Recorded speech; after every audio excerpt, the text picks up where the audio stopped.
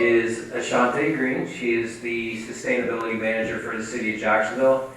5 months-ish into the job, and only 2 or 3 weeks as a new friend of the coalition family. So we see opportunities to really leverage what is happening out in the city of Jacksonville. So Ashantae is really going to kind of share the future, particularly from the city's perspective. I believe she'll tease you about a grant that she's been knee-deep in, and what investment opportunities look like going forward. So Ashantae, thanks for being here.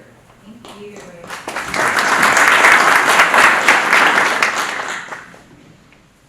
Oh, that's me. Hello, everyone. How are y'all doing? Good. It's such an honor and pleasure to be here, especially with like-minded individuals. Before I get started, I definitely do want to provide thanks to the TPO for hosting this and for your work over the years, as well as the Clean Fuels Coalition. I do want to provide a shout out to folks that are here from the city of Jacksonville, my colleagues. Without their work, none of this would be possible. So I do want to thank James Richardson over there, who is on my MANA team, the director of planning, as well as other colleagues in planning and the fleet department. All right, so I'm going to talk to you about an initiative that was recently created by the city of Jacksonville. It's called Clean Air Northeast Florida. It is our route to developing a comprehensive climate action plan over the next 2 years. All right, so anytime I do presentations, I like to start with what sustainability is. When we're talking about sustainability, all things green, especially in Jacksonville, we hear a lot about resilience.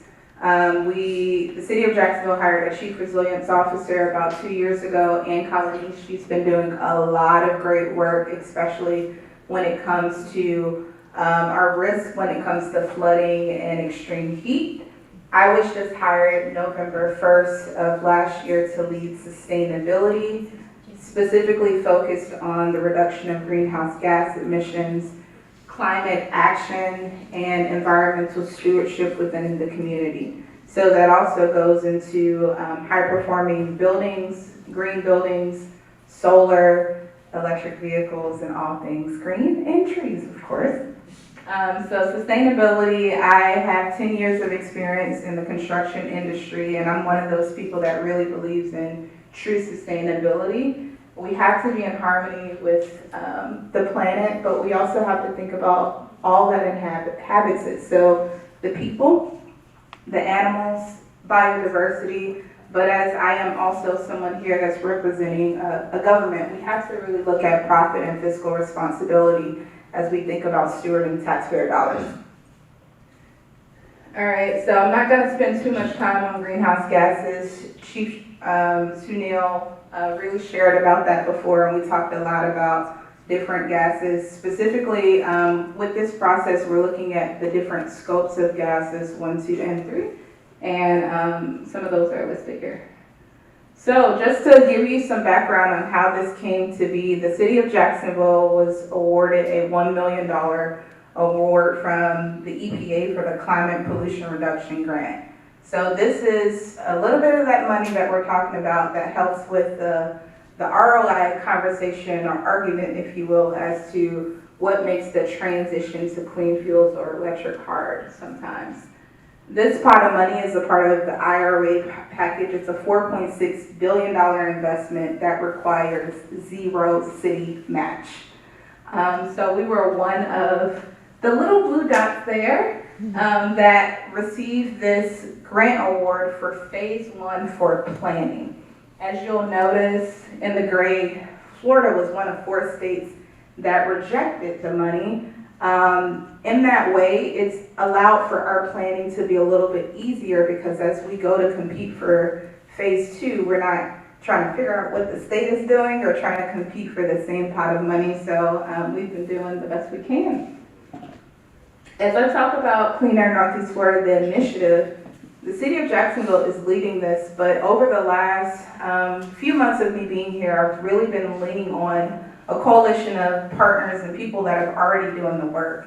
So we really worked with the Northeast Florida Regional Council and all of the leads within the counties, as well as a couple cities that are listed here. So not only did I work with colleagues in positions similar to mine, like sustainability officers and directors, I also worked with fleet departments, like I did with our city, as well as the Public Works Department, the Parks Department, and it's really been a comprehensive process where all of Northeast Florida has collaborated on the final document that I'll share with you as well. Talking about timeline, so as a deliverable of that phase one $1 million grant, it's for the planning of a comprehensive climate action plan. And as you know, they just don't give you money without deliverables. There are specific deliverables throughout this process that we've been working to achieve. Number one was probably the hardest deliverable for me, was the creation of a priority climate action plan and regional greenhouse gas inventory by March 1st. Understanding that I started November 1st, and this has never been done for the entire region of over 1.6 million people.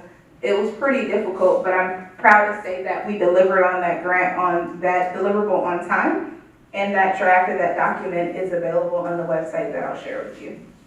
So as we go through this process, we've been very intentional about community engagement. We established a Northeast Florida working group with the Northeast Florida Regional Council that is inclusive of partners across the community.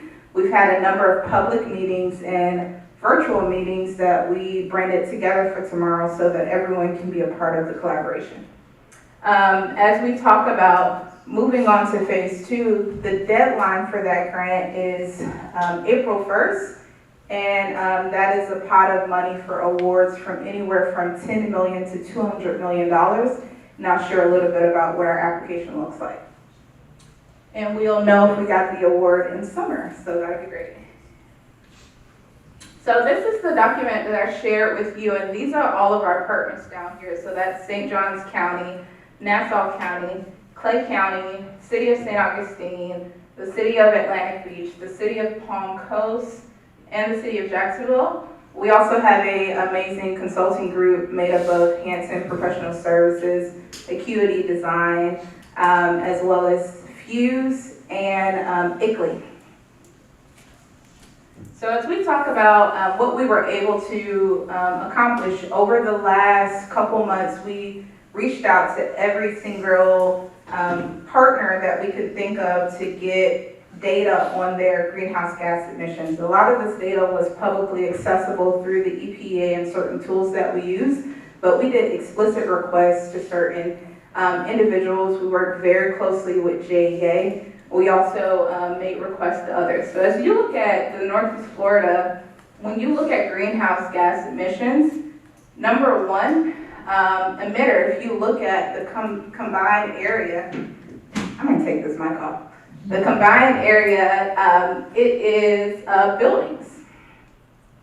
So combined residential and commercial, our buildings make up the largest emitter of greenhouse gases. That's also contributed to the utility mix as well.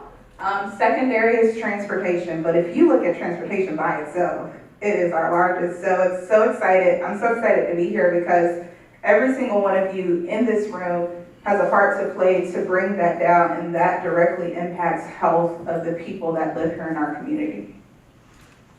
And not only did we do it for the region, every single county and city that was collaborative, including Baker County, received a personalized community level inventory and municipal inventory for their region. So they know what emissions their government is responsible for, as well as their constituents and industry as well.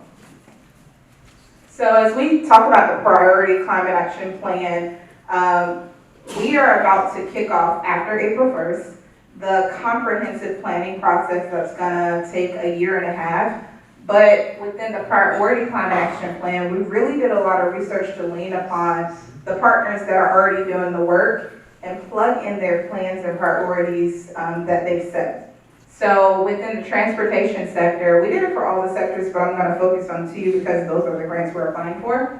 We plugged in the initiatives of the TPO Clean Fuel Initiative. So mass transit expansion, looking at mode shift, how we can get folks out of cars and into different types of vehicles or bikes that are cleaner. And that's mainly in partnership with JTA.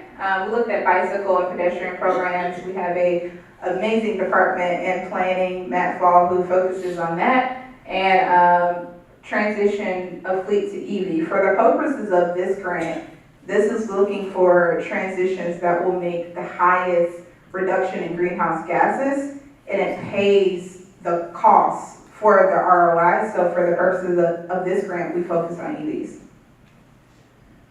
These are some of the calculations for GHG's reductions within the measures that I shared before, and this is more in detail in the plan. For priority measure number 2, we looked at opportunities with our largest sector, so that's renewable energy to the grid, residential energy efficiency, solar expansion, community facilities for upgrades, and municipal decarbonization. So that's also retrofitting buildings with efficient HVAC systems, chillers, looking at building envelope, roofing, a lot of other things there. So moral of the story is within those 2 measures, we are applying for a total of $260 million in collaboration with other folks in the state. About $100 million of that, if we're successful in all of them, will come to our region, and it will be in collaboration with partners, nonprofit organizations, the TPO, JEA, JTA, and the municipalities. If you want more information about this plan, I would love to learn more about you guys and collaborate. Our website is Clean Air, probably should have been listed there, but it's cleanairnortheastflorida.com. You can also link there from the City of Jacksonville's website or scan this QR code. We do have a survey that came from Yale based on climate opinions, and as many folks as we can get to fill out that survey, we'll get a baseline of how people feel about climate change, and we'll go from there. That's everything I just said there. Again, for you guys to see, please take a picture of that, and my contact information is right there. Thank you so much for your time.